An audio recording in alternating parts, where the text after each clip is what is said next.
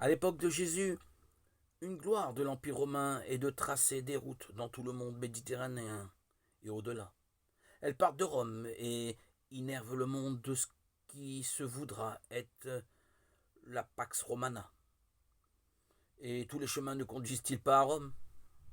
Jésus également ouvre une route, mais c'est celle de la voie de la douleur, la voie difficile qui conduit à sa paix dont il saluera les disciples à la résurrection.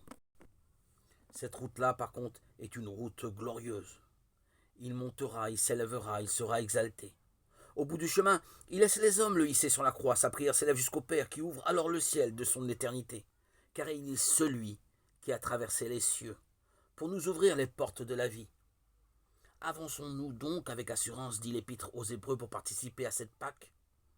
Empruntons-nous aussi le chemin de nos blessures pour y découvrir qu'elles ne sont pas le terme de la vie humaine, mais le passage par lequel le Christ nous découvre son salut.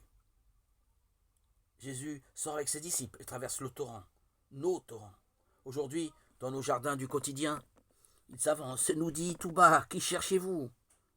Où emmenez-nous, Jésus, et pour quelle route?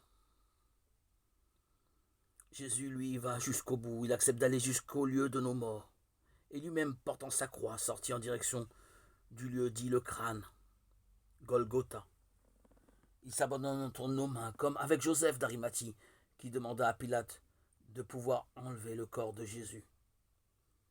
Et qui vint donc enlever le corps de Jésus, aidé de Nicodème.